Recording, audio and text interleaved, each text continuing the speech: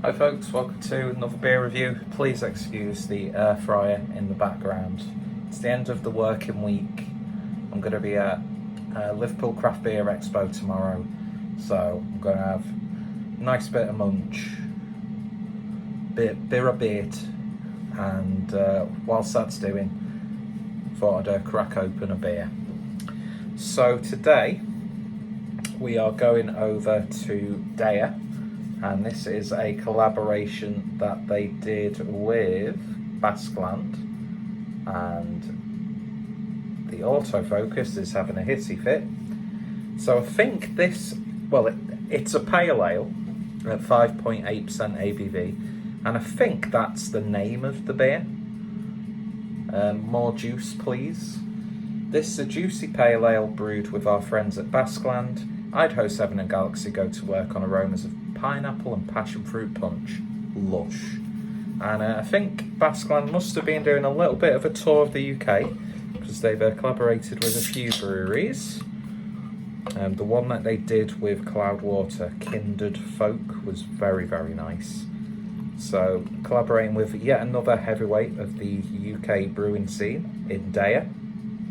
So I'm sure this is going to be very, very good as well.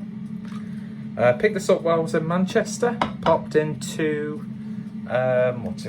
Untappd's off-license or corner shop or something like that. Got some posh honey and mustard Spanish crisps, a few beers. I think this was a little bit expensive. Can't really remember. But I picked up a few Mancunian beers as well. Because I had walked to track. I've been in Manchester all day at that point. Track, thinking, do you know what? I'm getting me train in about an hour and a half. I'll have a quick one in track.Got there, and it was closed for a sort of like function or an event, which is a function. And then I thought, do you know what? It's 3 o'clock. I'll pop over to Cloudwater, and they hadn't opened. And I thought, I cannot be doing with hanging round a tap room, being the first person there. If I was with someone else, that's absolutely fine, but then again, I am a socially awkward and inept individual, so any normal person would have just hung around and gone straight in, not giving two hoots. But yeah, I'm just too socially awkward for my own good. So I thought, you know what, on the way back to the train station, I'll pop into Untappd's, pick up a few beers, and that's exactly what I did. Why have I told you that story? I don't know, and yes, I think there is a coffee stain somewhere on my shirt from work. But hey ho, these things happen. So really nice artwork as per usual with Deya.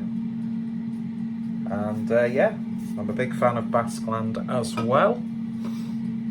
So beer in the glass then, and it looks very nice and pulpy. Nice sort of like orangey, yellowy colour, nice haze. Just shy of 2 fingers worth of white foamy head. Let's see what we get on the nose.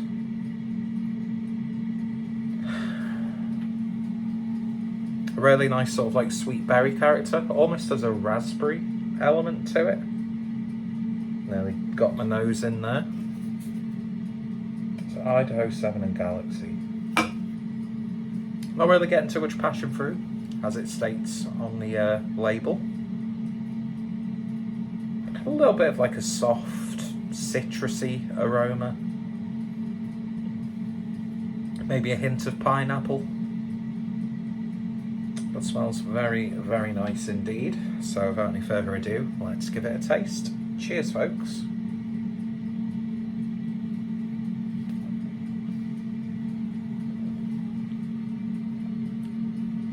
Beautiful body for a pale ale. A nice passion fruit does come through on the back end.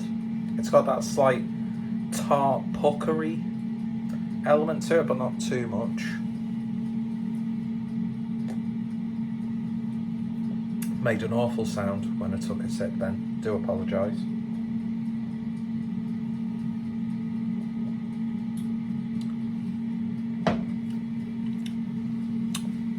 Yeah, definitely the more I think about it, and I'm not just saying it because it's on the label, you do pick up passion fruit in there.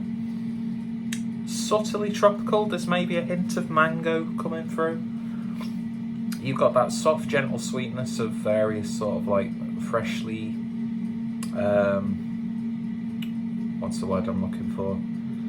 Which completely overstates what I'm about to say. Like freshly washed, like raspberries, blueberries, that sort of thing. Excuse me.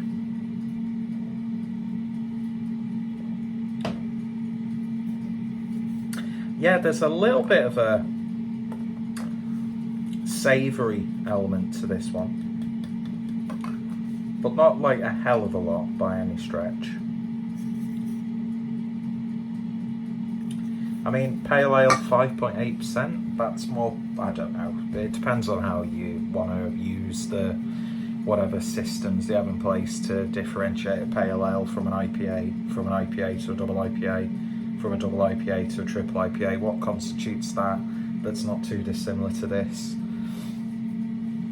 But yeah, 5.8%. Drinking very, very easy.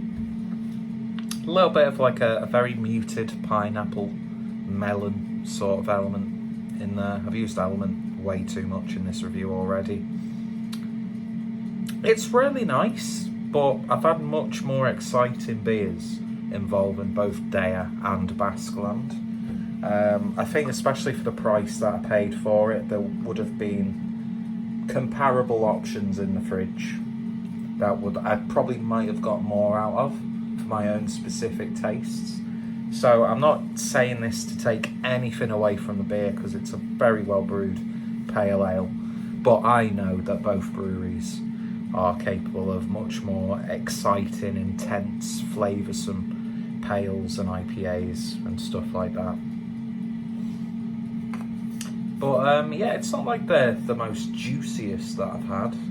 Canned on the 10th of May, so we're on the 9th of June now, so not too, it's not been in the can too long. So there's definitely no hints of fading. I wouldn't expect it, especially with canning technologies and brew techniques nowadays. Whereas maybe a few years ago, you might have noticed that. I'm not too sure. To be honest, I don't think I've really had like a stale tasting hoppy beer. I wouldn't even be able to think back to the beers that I've drank and pick out a notable example.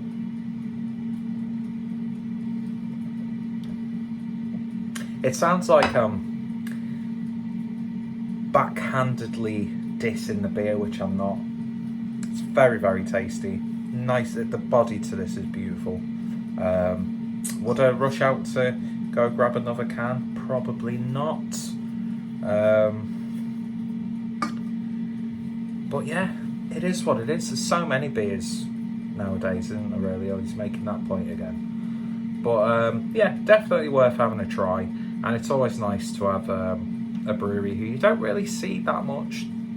I mean, I think Basqueland beers do make their way to UK shores a lot more regularly than they would have. But yeah, not bad at all. So that was Deya and Basqueland with more juice, please. Maybe, yeah. Can we have a little bit more juice? If you're gonna say that, that's really the only criticism I'd have. Although, I mean, the carbon footprint per can, I'm not too sure. Life's too short to worry about carbon footprints, because let's face it, I'm going to be long dead before the world just burns up. So, a very selfish way of looking at the whole situation, but I've got things happen in my life more directly in the now, which can affect me tomorrow, the day after, to worry about. So, I'm probably the last person you really want to talk. Well, mind you, there's people who go complete extremes.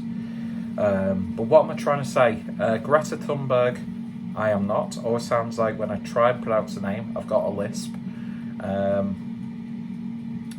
But yeah, it is what it is. And what it is what it is. And we should be making changes, make some better choices and decisions, especially in a logistical sort of level, to keep that carbon footprint down, because we do want to preserve this awful planet and species as much as we possibly can, even though, let's be honest, AI is going to be taken over completely within the next 10 to 15 years, if that.